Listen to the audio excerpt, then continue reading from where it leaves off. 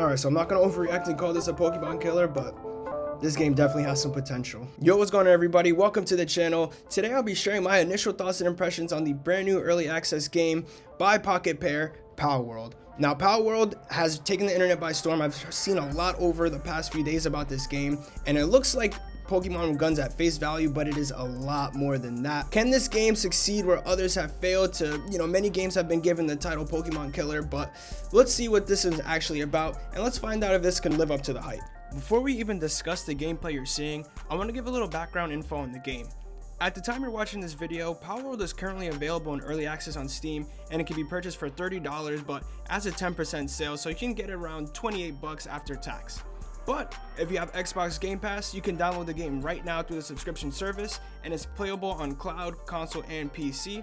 The gameplay you're watching right now is the PC version that I purchased through Steam, so just a heads up. So what's the premise of this game? In my few hours of messing around, the vibe that I'm getting is it's really a mix of a bunch of different games that you all probably enjoy already. It takes elements from Pokemon, no doubt, but it also incorporates some from like Zelda. If you played Breath of the Wild or Tears of the Kingdom, there's some of those elements incorporated, as well as Minecraft and Rust. So if you like any of those games, or if the combination raises your eyebrows, continue to watch. When you first start the game, you can select the difficulty of the world, as well if you want to play multiplayer or not, but do note that while multiplayer is an option, crossplay across devices is not yet available. So if you have a friend who has this game on Xbox through Gamepass, you can't play with them if you're on Steam just yet. Pocket Pair, the developer, has said that they do plan to incorporate crossplay in the future, but for now, this is just a regular multiplayer game across like systems. Once you select your world name and difficulty options, you're greeted with the character selection screen, and now it's nothing too in-depth, but you can find yourself making a character somewhat similar to you, so there's definitely a decent selection available. Now when you spawn into the world, there's a few things to note, and this is why I had the Breath of the Wild Tears of the Kingdom comparison, is because you have a stamina bar to manage, as well as your body temperature meter to regulate. Alongside your typical health bar, there's also a hunger meter that must be maintained, or you'll continually lose health until you die. And this also goes for when you're in climates either too cold or too hot as well. There's also stats and attributes that you can put points into as you level up your character. These include just general things like health, stamina, carrying capacity, as well as a few of the other attributes. Also, fast travel is achieved by interacting with certain beacons around the world, so when you activate one, you can travel to it and any other previous beacon you visited. The crafting component of this game is somewhat reminiscent of Rust for me, as you begin with crafting simple things like stone pickaxes and spears, and you work your way up as you level up and receive higher quality materials. This allows you to craft better clothing, weapons, and tools for your playthrough, and through leveling up, you also unlock more options and items to craft. Now for the fun part, the pals. And I'm surprised PETA hasn't been on this game's ass and started beef, because you actually have to physically weaken the pals by physically beating them.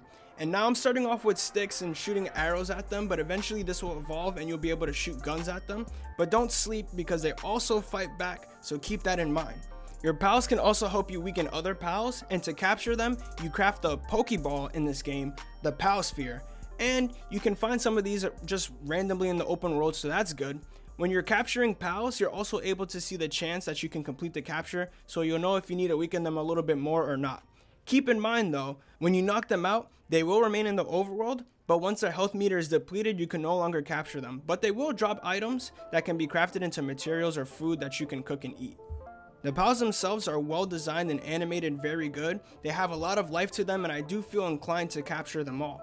So far, there seems to be about 110 in the game according to the pal decks, and every time you capture one, it gets registered to it.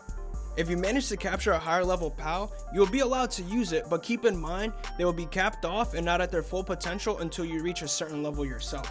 There's also a base building element that allows you to build you and your pals a house and have your own designated area of your choosing.